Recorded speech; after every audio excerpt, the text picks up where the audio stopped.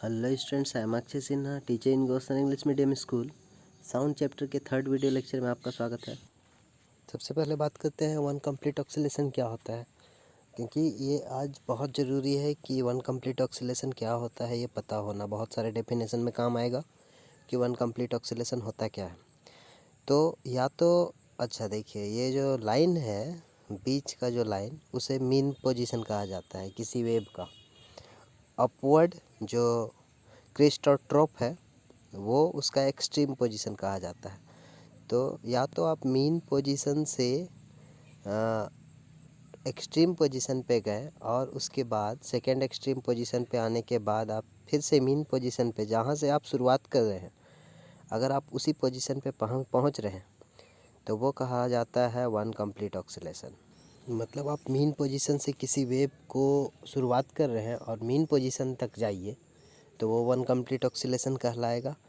या फिर आप शुरुआत कर रहे हैं अगर क्रेस्ट से, जैसे सेकेंड फिगर में दिखाया गया है, तो सेकेंड फिगर में अगर आप शुरुआत कर रहे हैं क्रेस्ट से किसी वेव को और सेकेंड क्रेस्ट तक, मतलब कंजुकेटिव क्रेस्ट के को वन कंप्लीट ऑक्सीलेशन कहा जाएगा। मतलब आप क्रेस्ट से शुरुआत कर रहे हैं और क्रेस्ट तक, या फिर ट्रॉप से शुरुआत कर रहे हैं और ट्रॉप तक, वन कंप्लीट वेव कहलाएगा। अब यहाँ पे फ्रीक्वेंसी डिफाइंड करना है हम लोग को। तो इस फिगर में देख रहे हैं आप कितने कंप्लीट वेव मीन से शुरुआत कर रहे हैं। तो फर्स्ट जो 1 नंबर लिखा हुआ है वो 1 कंप्लीट वेव है, और सेकेंड मतलब इस फिगर में 2 कंप्लीट वेव है। तो फ्रीक्वेंसी मतलब the number of complete waves, complete होना चाहिए waves, passing through a point, किसी पॉइंट से आप ऑब्जर्वेशन कर रहे हैं, उस पॉइंट से कितना कंप्लीट वेव पास कर रहा है 1 सेकेंड में, ये उस वेव का फ्रीक्वेंसी कहलाएगा।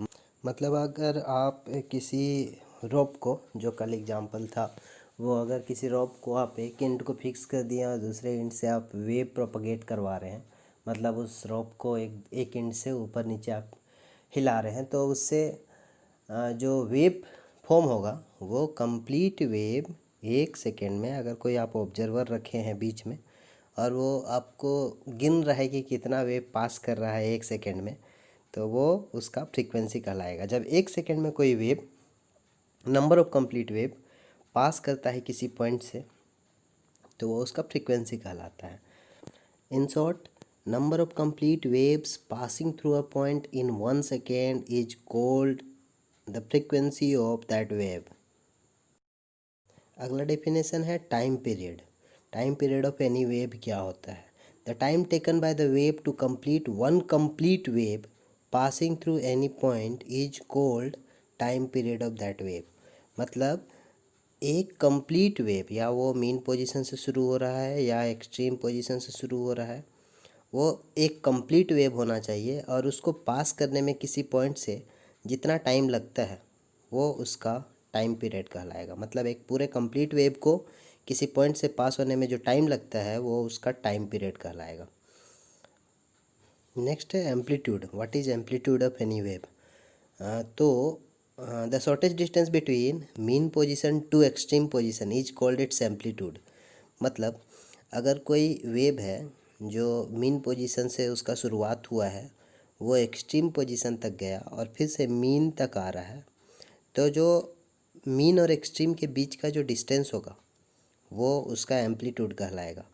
अगर ये आप पेंडुलम में भी देखे होंगे कि आप पेंडुलम में भी यही सेम चीज़ होता है कि एक्सट्रीम पोजीशन होता है, जो जहाँ पे पेंडुलम रेस्ट में होता है वो उसका मीन पोजीशन होता है। आप एक्सट्रीम से मीन तक गए तो वो उसका एम्पलीट्यूड कहलाता है, जो 8 क्लास में पढ़ चुके हो। इस फिगर में ए और सी एक्सट्रीम पोजीशन है, बी मीन पोजीशन है। तो ए और बी के बीच का डिस्टेंस या बी और सी के बीच का डिस्टेंस एम्पलीट्यूड कहलाएगा।